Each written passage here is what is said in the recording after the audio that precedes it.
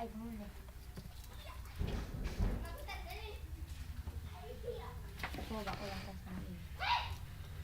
kayo no? Oh yan. Uli. Nag-log na. Computer science.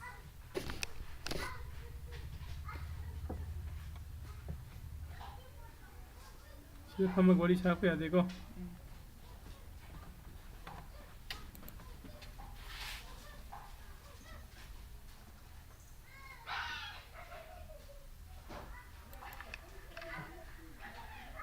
Good evening.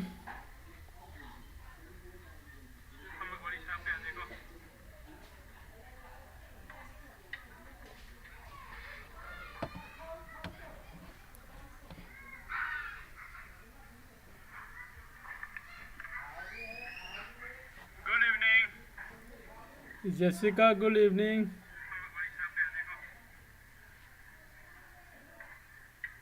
Kingston, good evening. Pamhiba, good evening. Vidyasan, good evening. Good evening. Jessica, good evening. Fine. Okay. Ngasi din na yam nungay ka daw ba? Klase ma tawsi AI gi ko AI gi am nungai ga do ba class ma okay na kamera dum iro ay dum ugan ni ko okay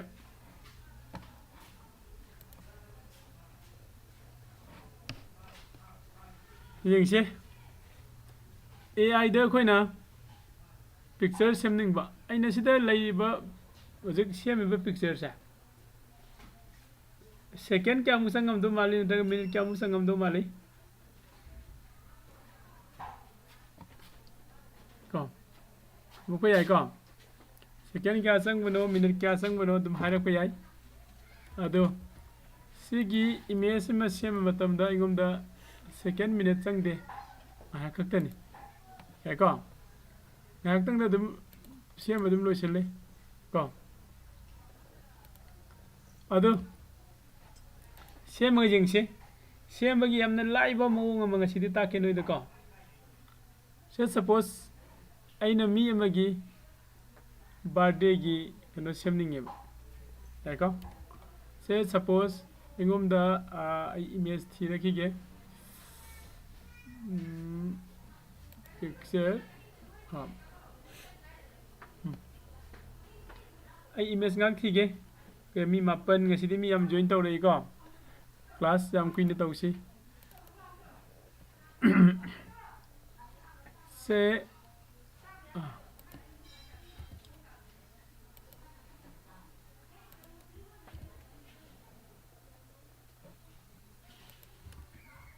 देखो sidai picture ma upload toroke ko photo ma upload toroke ida add photo da sange aduga desktop ta erin uyung pari ngai na etaw sila khongol phajan lai ko bangang han ganu sigi magi photo se ko photo se yengai dai han upload toroke yong ko upload da selai photo se in upload taw matam da man idi se I can work with this photo ko tell me what you like I di sigi lang na so isi ko I can work with this photo sigi photo singi loina na ai thabak taw ngami haibri na tra tell me what you like nang kari pamge for example enhance it change the background create a tree planning environment poster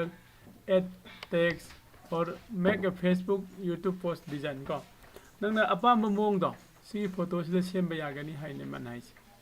ko adudi environment gi kano ma sem si yengo ko akhon iba matam da yam samna mayam ibdo noi angang singni mayam ibdo haike ba sare classes ki abocha good evening abocha okay yamne interesting oiba topic ni ngasi tak tu se ko noi laga tumi din phamo so da video to loi chingi ko sida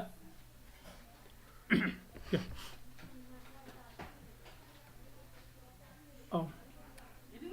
okay good evening laba yengo sida ko ne sigi photo se akoina khar phajana semna ba hona bada text mayam ma gi prom ko win natra prom e duini ko p r o m kaya p t prom se prom e duini adubo akoina prom se yam sang na e ba se akoi di haite ba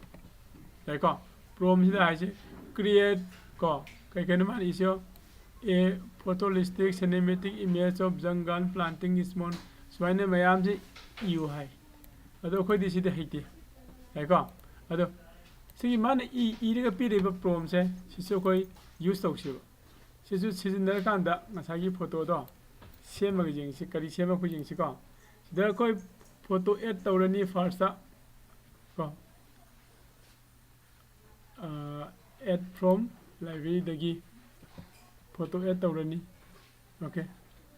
library da sida su leire si photo se koi add tawsile natragana add to chat ko sile photo add tawsile photo add tawra matung da hojiki prom da ado isile basida yengsi ko kadi lakpu yengsi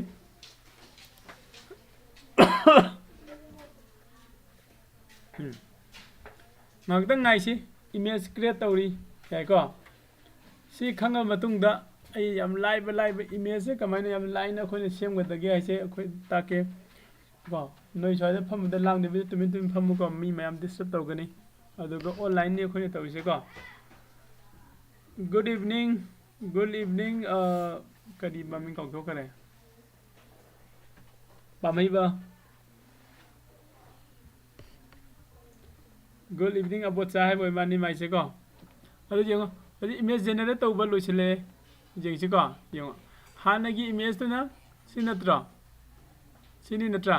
hanagi image sina hangate yengo sina khogi hanagi image ni ai ko aduga hojiki image na hojik amu generate taw ko image na sida lai si haide yam phajana sorry chok thol laki ko tap on the image to add comment pi ga ju sidaman add taw hai kama ka koina comment sane ining ba iba yani hai ko ado cancel tang thoke uduna kona laksi yai ko soin tawraga asagi image se koina semdok semjin se loina yagani ado sidade hoje koina e gari do prom do am sang e natra si prom hem sang si nataba se suppose aina hariba sigi image se sizinaraga environment gi ko kano sida semning ne ba adu di sida ina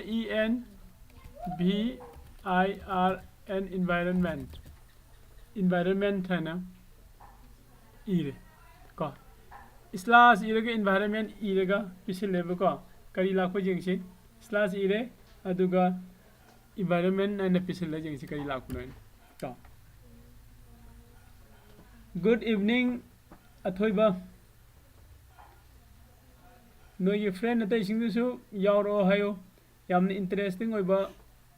topic ni ngasi gise ko hajin bada kanaba matong gi matung ina computer lai internet lai natra hodik ai haine lai se ai la ko sida kana gumba khane ai se phai phati me ngangam gani adubo hajin bada kana dabam ta leite hai ko ado jik generate tawri kaino khane generate tawli se sagi sigi u thai se erina u tha bagi do hana si photo se orambani chumbra hana si orambani si orambadagi koina sem modify tau tho kan da chane am phajaba camera am anan ba light ka sang ka pa mon thoe hai ko adugi mathang da mu chana environment gi da on tho hai na chana ma on tho re yam hai ko planetary project our futures kan hai ko adudi hoji khoi mu se atopa mu on siang sir ꯌꯥꯎꯁꯤ ꯍꯥꯏ ꯑꯃꯠꯇ ꯌꯥꯗꯦ ꯀꯩꯁꯨ ꯀꯥꯏꯗꯦ ꯀꯣ ꯃꯊꯪ ꯑꯃꯨꯛ ꯌꯦꯡꯁꯤ ꯃꯊꯪꯗ ꯁꯦ photo ꯑꯃ IPS ꯑꯣꯐꯤꯁꯥꯔ ꯑꯣꯏꯍꯟꯅꯤꯡꯉꯦꯕ ꯀꯣ ꯁꯦ ꯑꯩꯅ ꯀꯃꯥꯏꯅ ꯏꯒꯅꯤ ꯍꯥꯏꯕ ꯁ꯭ꯂꯥꯁ ꯍꯥꯟꯅ ꯏꯒꯅꯤ ꯁ꯭ꯂꯥꯁ ꯀꯣ ꯁ꯭ꯂꯥꯁ ꯏꯔꯒ IPS ꯑꯣꯐꯤꯁꯥꯔ ꯌꯥꯏꯀꯣ IPS ꯑꯣꯐꯤꯁꯥꯔ ꯑꯣꯏꯍꯟꯗꯣꯏꯁꯦ ꯀꯅꯥꯅꯣ ꯑꯗꯨ ꯐꯣꯇꯣꯗꯣ ꯑꯩꯈꯣꯏ ꯂꯧꯁꯤꯀꯣ ꯁꯤꯗ ꯑꯦꯠ ꯐꯣꯇꯣꯗ ꯆꯪꯉꯛꯀꯦ ꯑꯦꯠ ꯐꯣꯇꯣꯗ ꯆꯪꯉꯒ ꯁ꯭ꯋꯥꯏꯗꯒꯤ ꯌꯥꯝ ꯐꯖꯕ ꯁꯥꯔ ꯑꯃ ꯂꯩꯕꯅꯤ ꯁ꯭ꯋꯥꯏꯗ ꯃꯥꯗꯣ IPS ꯑꯣꯐꯤꯁꯥꯔ ꯑꯣꯟꯊꯣꯛꯁꯦꯕ ꯁꯤꯗ ꯐꯨꯠꯕꯣꯜ ꯀꯤꯛ ꯇꯧꯔꯤꯁꯦ ꯀꯅꯥ ꯃꯥꯟꯕꯅꯦ요 ꯕꯤꯗ꯭ꯌꯥꯁꯟꯅꯤ ꯑꯁꯤ ꯅꯍꯥꯟ ꯃꯃꯥꯡꯗ ꯃꯥꯒꯤ ꯁꯦꯝꯗꯣꯛ ꯑꯣꯏꯅ ꯊꯥꯔꯛꯄꯗꯣ ꯑꯗꯣ ꯁꯦꯝꯗꯣꯛꯄꯗꯣ ꯃꯌꯥꯝꯗ ꯌꯦꯡꯍꯟꯕ ꯅꯪꯈꯤꯗꯕ ꯀꯣ ꯑꯣꯀꯦ ꯁꯤꯒꯤ ꯐꯣꯇꯣꯁꯦ ꯁꯤ ꯁꯦꯂꯦꯛ ꯇꯧꯒꯦ ꯁꯤ ꯐꯣꯇꯣꯁꯦ ꯅꯣꯏ ꯎꯔꯝꯗꯧ ꯃꯥꯟꯗ꯭ꯔꯦ ꯁꯤꯗ ꯑꯩꯅ ꯐꯣꯇꯣ ꯑꯃ ꯁꯦꯂꯦꯛ ꯇꯧꯔꯦ ꯀꯣ ꯁꯤ ꯊꯣꯔꯛꯑꯅꯤ ꯐꯣꯇꯣ ꯑꯃ ꯊꯣꯔꯛꯑꯦ ꯁꯤꯗꯀꯣ ꯁꯤꯒꯤ ꯐꯣꯇꯣꯁꯤꯗ ꯌꯥꯎꯔꯤꯁꯦ ꯁꯤ ꯃꯥꯁꯦ IPS ꯑꯣꯐꯤꯁꯥꯔ ꯑꯣꯏꯍꯟꯁꯦꯕ ꯍꯥꯏꯗꯤ ꯑꯩꯅ ꯅꯣꯏꯗ ꯈꯪꯍꯟꯅꯤꯡꯉꯤꯁꯦ ꯌꯦꯡꯁꯤ ꯑꯩ ꯑꯞꯂꯣꯗ ꯇꯧꯔꯦ ꯐꯣꯇꯣ ꯖꯦꯅꯦꯔꯦꯠ ꯇꯧꯕ ꯍꯧꯔꯅꯤ ꯃꯥ ꯀꯣ ꯑꯦꯅꯥꯂꯥꯏꯖꯤꯡ ꯐꯣꯇꯣ ꯍꯥꯏꯔꯦ ꯃꯥ ꯍꯧꯖꯤꯛ ꯐꯣꯇꯣ ꯁꯦꯝꯃꯤ ꯀꯣ ꯉꯥꯏꯍꯥꯛꯇꯪ ꯉꯥꯏꯁꯤ ꯉꯥꯏꯍꯥꯛꯇꯪ ꯉꯥꯏꯔꯕ ꯃꯇꯨꯡꯗ ꯎꯕ ꯐꯪꯒꯅꯤꯀꯣ ꯃꯉꯥꯅ ꯎꯗ꯭ꯔꯗꯤ ꯁꯤ ꯀꯥꯈꯠꯂꯛꯄ ꯃꯇꯨꯡꯗ ꯅꯣꯏ ꯀꯩꯀꯩ ꯏꯟꯁꯥꯡ ꯆꯥꯅꯔꯛꯀꯦ ꯉꯥ ꯊꯣꯡꯕ ꯅꯪ ꯍꯨꯏ ꯊꯣꯡꯕ ꯆꯥꯔꯛꯄ ꯏꯟꯁꯥꯡ ꯆꯥꯗꯦ ꯅꯪ ꯉꯟꯅ ꯊꯣꯡꯕ ꯆꯥꯔꯦ ꯁꯥꯃꯨ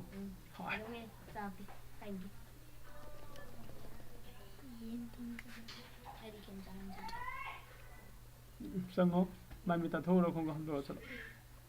ꯑꯣꯀꯦ ꯖꯦꯅꯦꯔꯦꯠ ꯇꯧꯕ ꯂꯣꯏꯒꯗꯧꯔꯦ ꯌꯦꯡꯁꯤꯀꯣ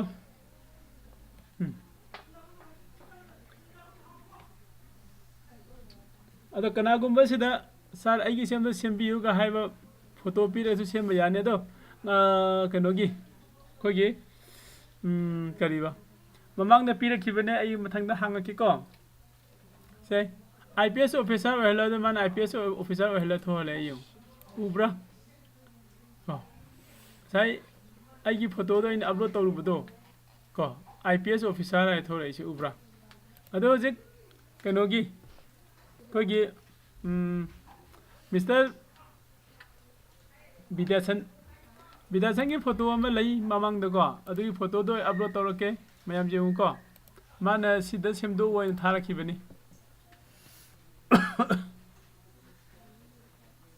ꯕꯤꯗ꯭ꯌꯥꯁꯟꯒꯤ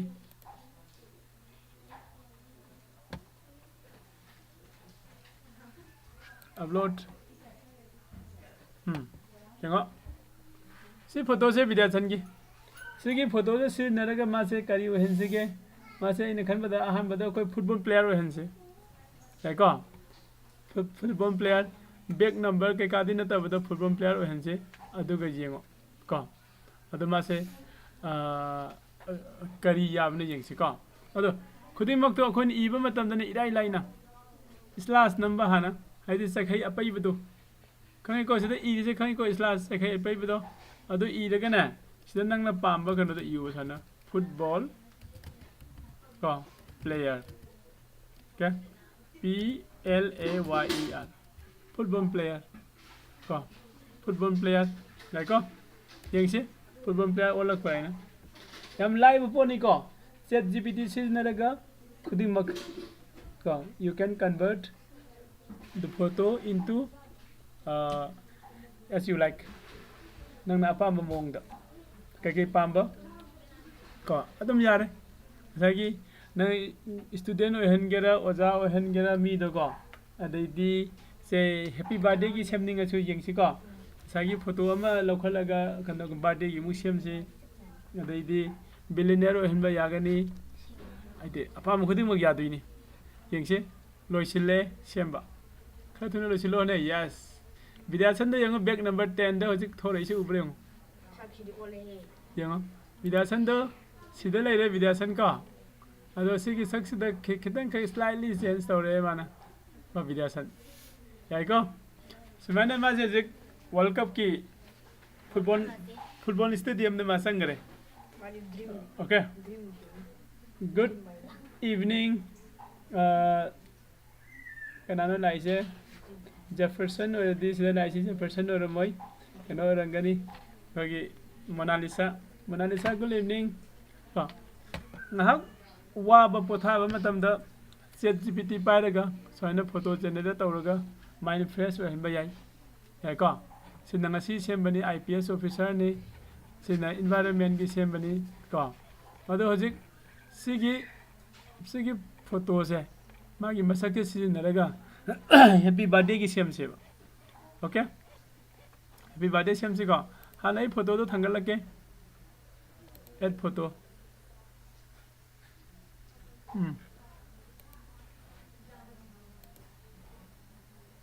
Okay.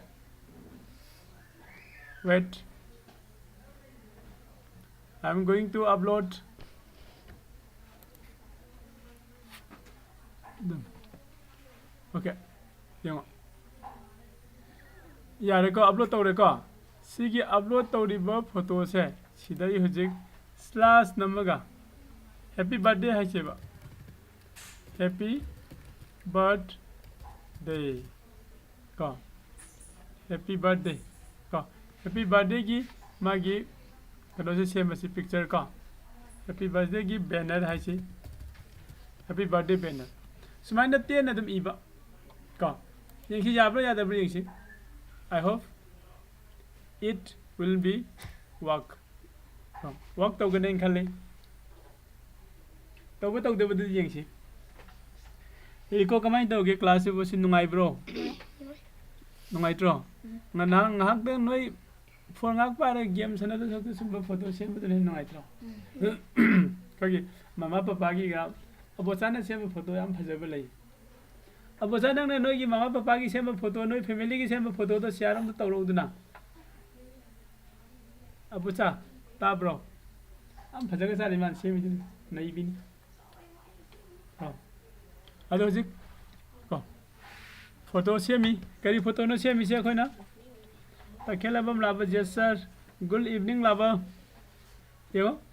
game sanaga to sarukta se happy birthday ki banner phajabam semi yang phajadare ka si yamna professional noiba designer amna semi dagi hena phajagre akhona si semi da second kya sangba second manga tara 1 minutes maximum ko sik kana kadai da kana da sem ngami ChatGPT ko you can use ChatGPT for making banner making photo making poster ko as you like nangna pamba photo gi design khuding mak to nangna ChatGPT da sangaga irai line sem ngami kyamu line sem kya de hojin noi uri duni ui ko yai ko adai di nasagi sida nupa am lagi bado kalai de no odi IPS officer ogi bado sigi mi se se hoi sigi IPS officer ogi ba sigi mi se upload ta taro ke ngo enter amom bakim yes sir Jessica yengo sida lay photo se khoi ma se billionaire ohen se ba ya ko billionaire hai di paisa am pai ba mi do aseng bagi paisa pai de su paisa do pai hel se ro kano da kariba billionaire ko billionaire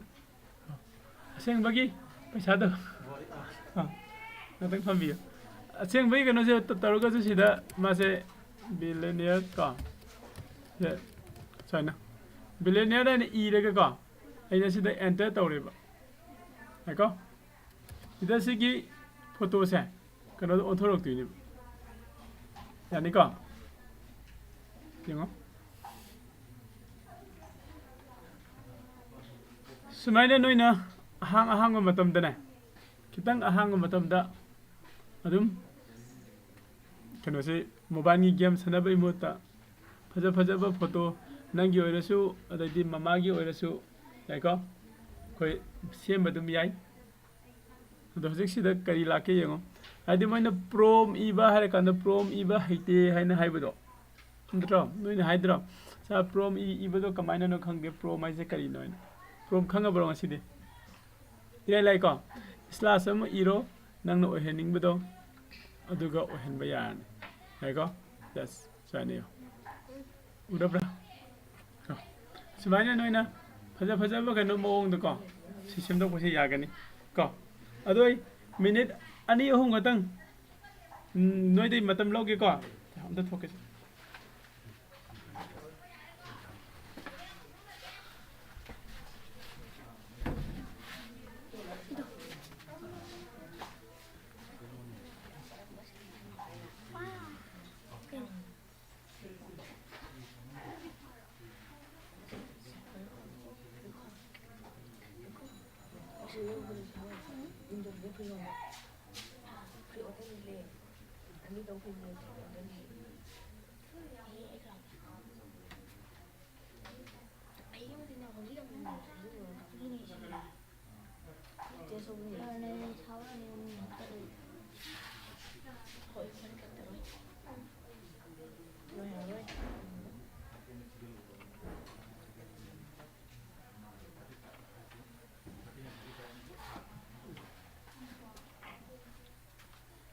ꯃꯌꯥꯝꯗꯣ ꯅꯣꯏ ꯋꯥꯔꯤ ꯁꯥꯔ ꯉꯥꯛꯇꯪ ꯉꯥꯏꯌꯣ 하이게. ꯍꯥꯏ 너 우리 자나랑 안 가요 거.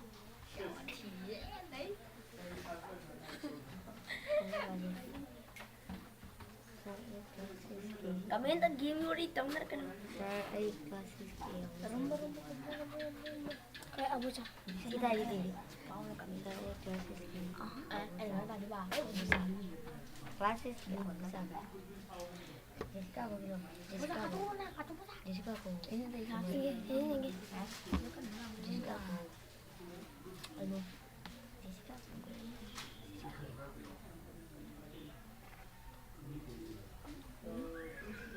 Jessica ko. Ay. Kenda.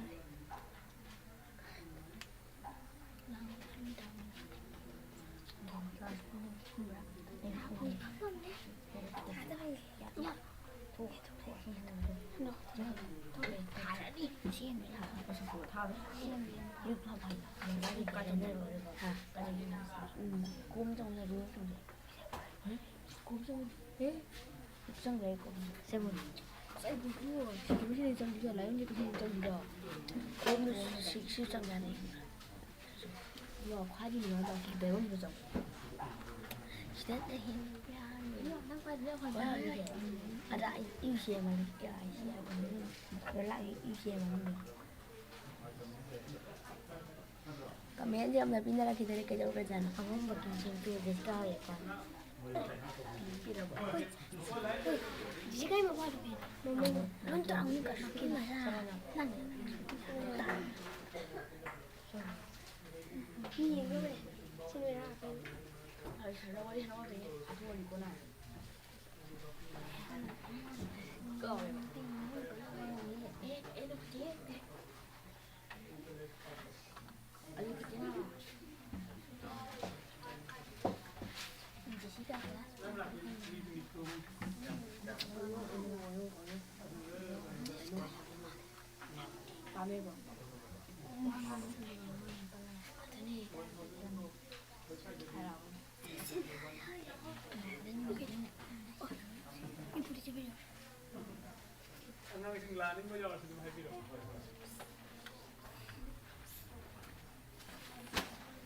Okay,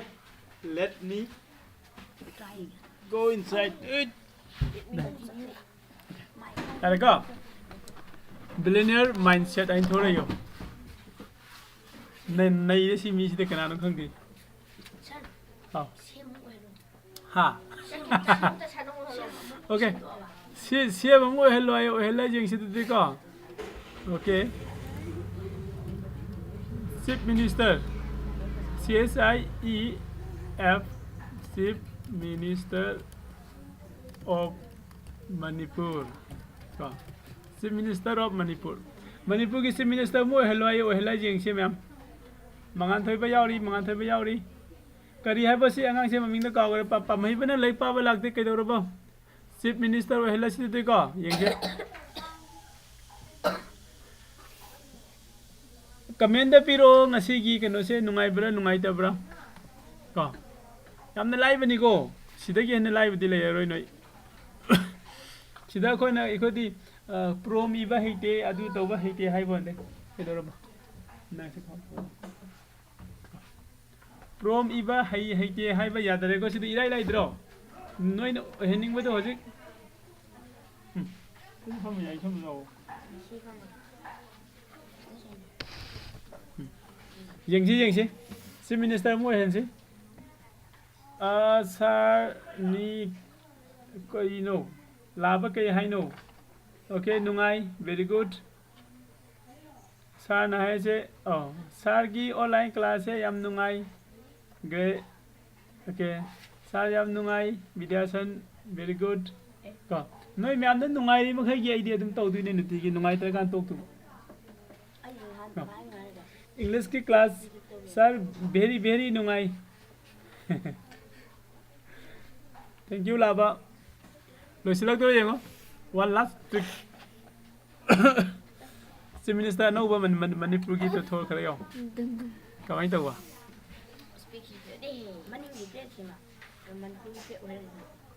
working today for a better tomorrow same Manipur sida download tꯧba yagani ka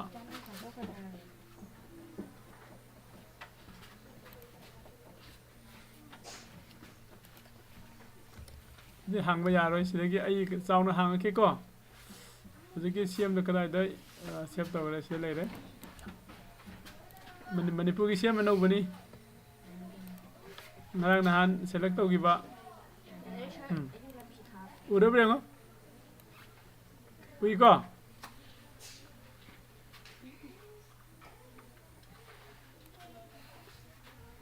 उबनत्रो को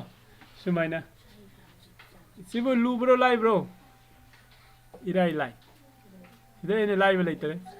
याय को okay अदुदि मथंग the करिगा मुक तौसेबा याम फजबगा हपसिराइसि young Moin को मणिपुर की गेट का सेमीदना जुम गा सी सेमीदना हा नैरे ओके सिगुम्बा इमेज से अखोइना सेमनबा होनबा मतमदा याम कुइनि चंगी को ओके अदैदि अमसु से अखोइना अइंगोंदा मैथ्स की क्वेश्चन अमा लेरे को जेम को सिदाई लौरके मैथ्स की क्वेश्चन फजबा अमा ngata ngayo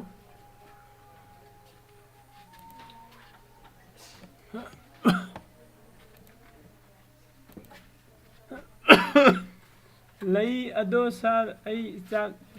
charuge charaga hoi maths date try the lege test maths foundation ChatGPT okay yengse सिदगी I नोइदा question जाम फजबन को पुथोरके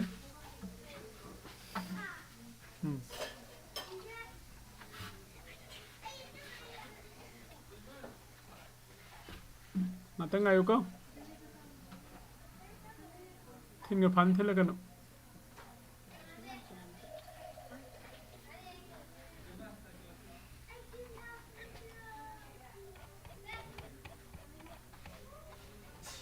So I think the lowest is go down number. You know? So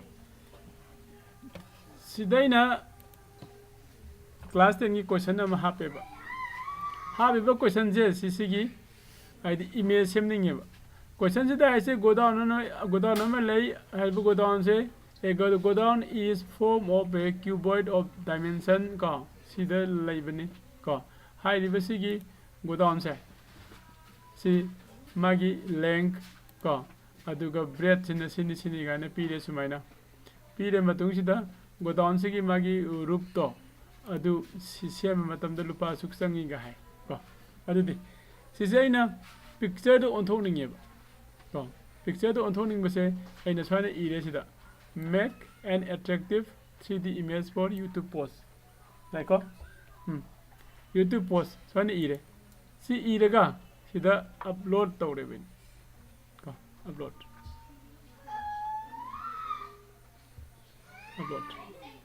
tawra ga anda kai la kuni yo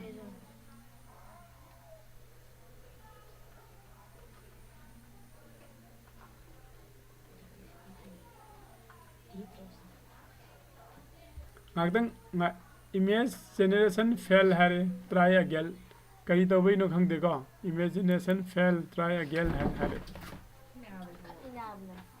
noina khatpa lang do loi yaw dine sida okay generate tawgre yengsi ko jana phamana su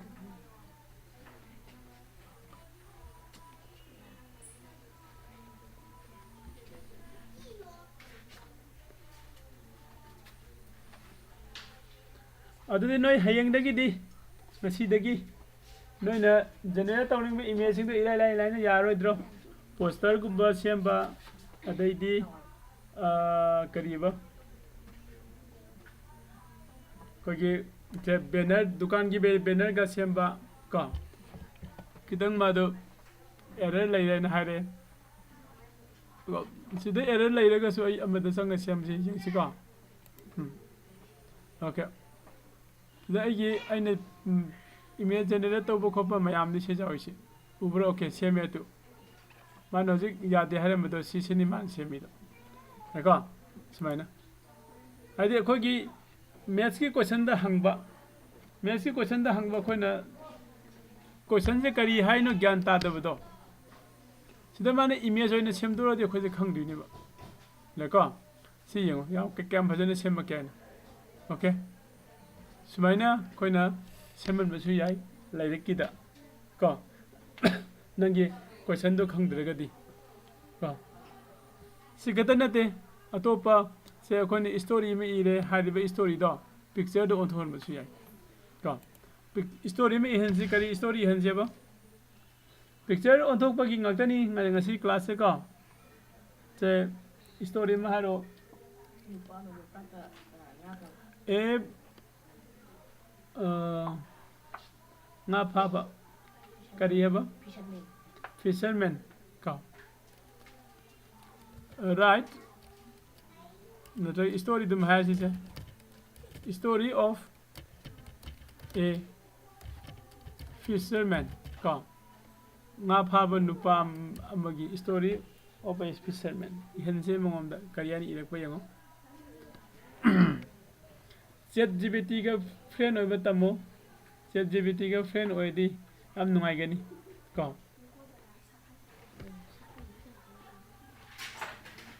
ChatGPT दगी नगी कानब ma'am फंगनी free दा खोइना थबक तब खुतिंग पैसा खतंगी तब नते को Meena free दा पिरक पसिदे खोइना अदि सिदगी लौसिलगा दम use तब याई ओके स्टोरी दो माने ई दबिदा picture oina semdore eko ado story sum ihansi sida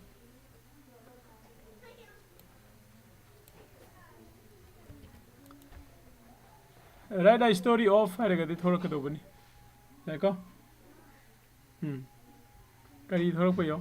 fisherman tu nga phaba nupa magi story oina irega thore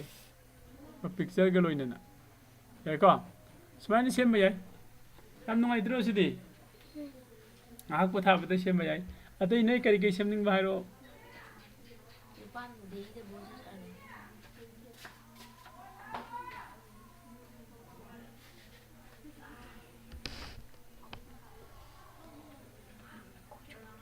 Online site tagi, then something we can get like hello young she. I adore sir, I saruge, sauro. I sir is happy okay sas happy है साग happy है उधर है को अदो मसीगी class दा अइन नोइदा हेना खंगनिंगी सा अतै Kemto नते अकोना ChatGPT सिनरगा any poster any banner in kano the banner ko दुकान की ओइरसु मी की ओइरसु खुदिमक यामन लाइना यामन इजीली सेम याई हाइबा एको से हजिकी अमगा सेमसी याम नुंगाइबा मा सगी ब्लू सर भूत की ओके सेमसी को भूत की मूवी की अमा सेमसी अदो आई फोटो दी अमा लौरागे सी फोटो से सुम लौरागे को सगी चीफ मिनिस्टर ओगी बदो मागी फोटो से लौरागा को ते भूत भूत सॉरी लम इबा यानी को बीएस ओ भूत को मूवी पोस्टर भूत मूवी की पोस्टर सेम से को सिगी फोटो से सी नरगा जेंग से करे लाको ना हापगा कइदौरगे भूत भूत मूवी पोस्टर सर स्कूल यंगो जी भूत मूवी पोस्टर से मी यंग सिको थोरक तुरे अदो भूत मूवी पोस्टर से मिंगे सिदा नुस्ती स्टोरी से असे कई कई हाई नो हाइपे पागे हरसु डाउनलोड तौरगा ओपन तौबा यानी को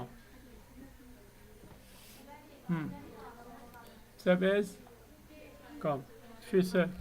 FISER fisherman है ने से सेव तो सिले है को ओके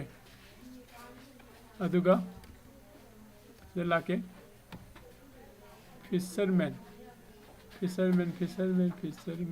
सिले open with the application and the web browser brave fisherman की वरी दो सीधा ले रहे हाँ साइड फिशरमैन की है बता story of fisherman hard work patient and the countryman one day there lived a poor सी मैम इरे होंगे को अरे मासे नोमंगा फारे को अरे दिंगा सिना कई दौर में गा सिना मगोम न कई नोम हायर माले को पारगा ले दिया सांगनी है को okay modern B content with what you have green candidate this ado khoi ChatGPT da khoi na ngasai tawgi do bur ki on thu ha ma gi dai na okay all bro on dai bro to jing si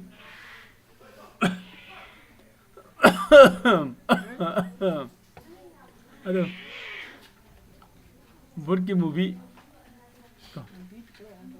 picture on thore sumaina nata bada atopa करमोंग the same से बत SIM जागनी okay याको याम नुंगाइ तरो सिदि अना cinema की movie की picture मसु दुम same यारे अतोब कई सेम निंगे हारो ओके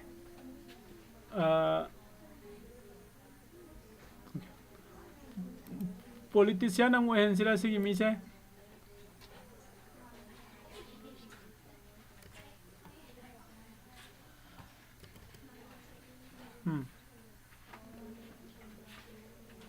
अपलोड फोन दना हेने नुंगाई अपलोड तो बसिन नत्रा संगे सिदा संगे अदुगा सिदा स्लैश इरगा नो खंग कावै दबा सही अफैबा म इबदो स्लैश कवै का स्लैश तो इरो स्लैश इरगा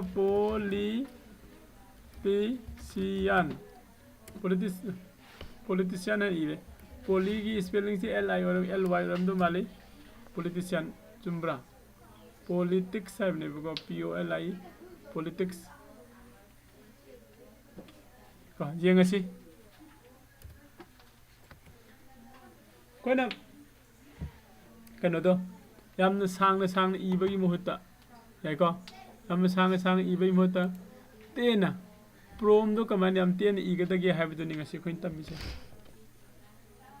ओके हाइगदा बुनत्रो नै हाइनिदा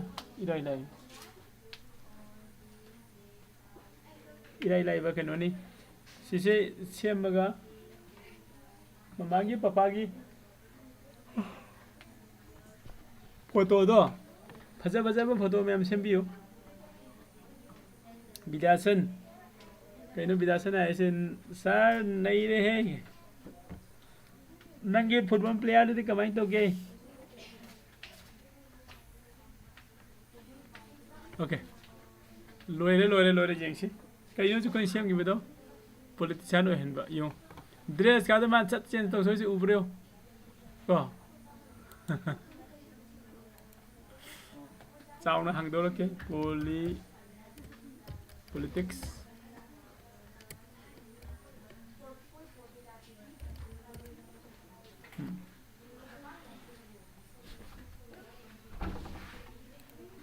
सिदा कोई ना नंबर से जो कोई चेंज तौर थोप याई कोई ना तौनिंग बम्बोंग दा को अदो हजिकी कनो दो महांग के खरे हेना सेंग इनबा उनबा पी ना होबने करा लेगरे P4 से लेगरे उड़ब्रेउ सुमाइना dedicated to people leaders vision service together for a better tomorrow याम फजर से मुक्तरो माना याई को खाने नो से सेम याई करी सेम अब मथंग दा हारो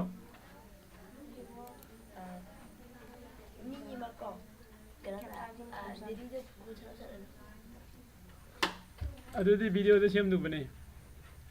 कमाने इमेज ता कमाने फोटो फुटबॉल सानबा चलन दिन खेमचान दे कमाने सेम दिन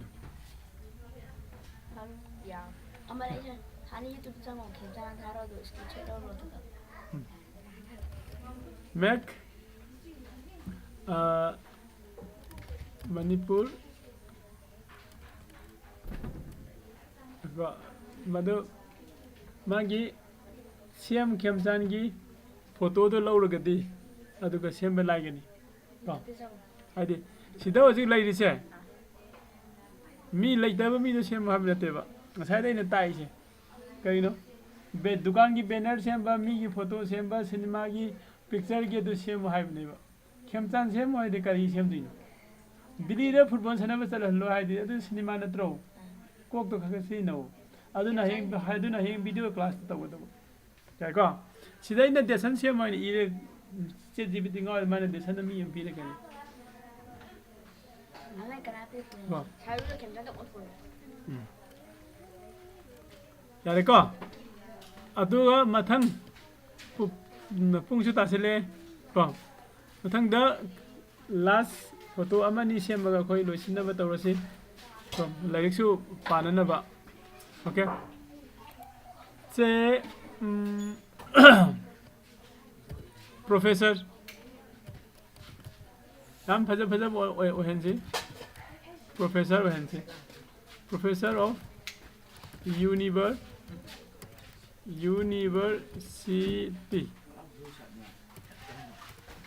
यूनिवर्सिटी को यूनिवर्सिटी को प्रोफेसर मोहनसी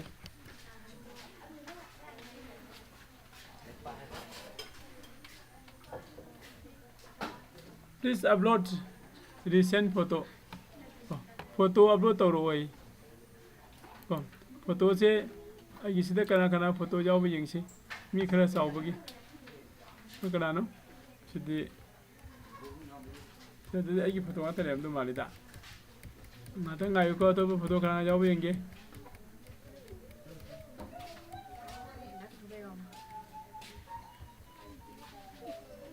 ओ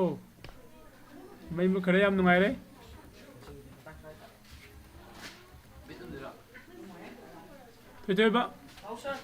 थोई बसे कोई यूनिवर्सिटी के प्रोफेसर होने से आप लोग सीखो कहीं नहीं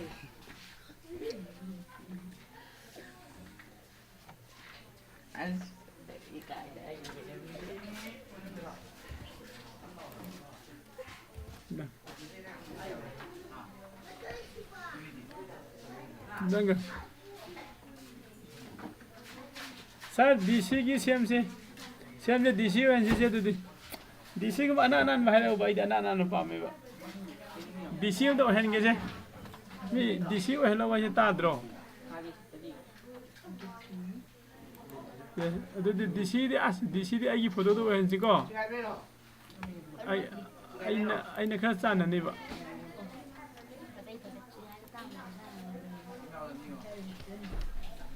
sida deputy commissioner deputy commissioner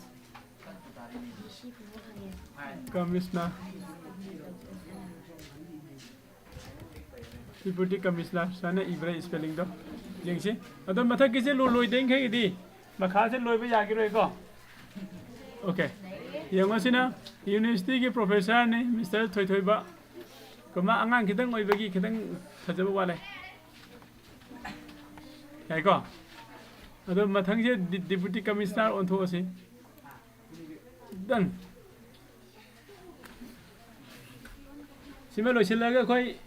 sak ising chana rosi aduga larik panaba torosi kai ko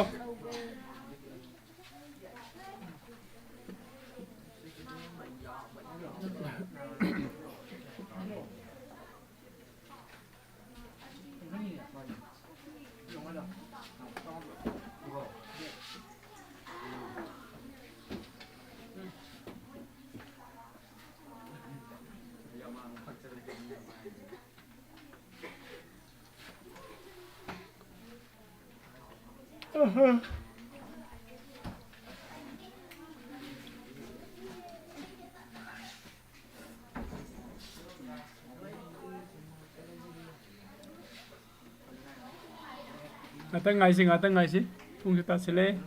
pung tare ta sile loisila dum niko dan adding finance tas loidore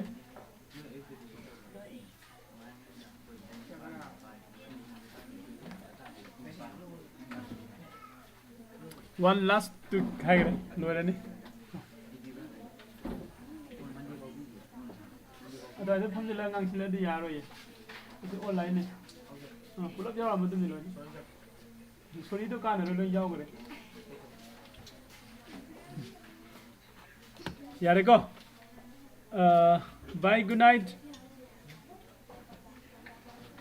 athoi benang dc wen je to hele ko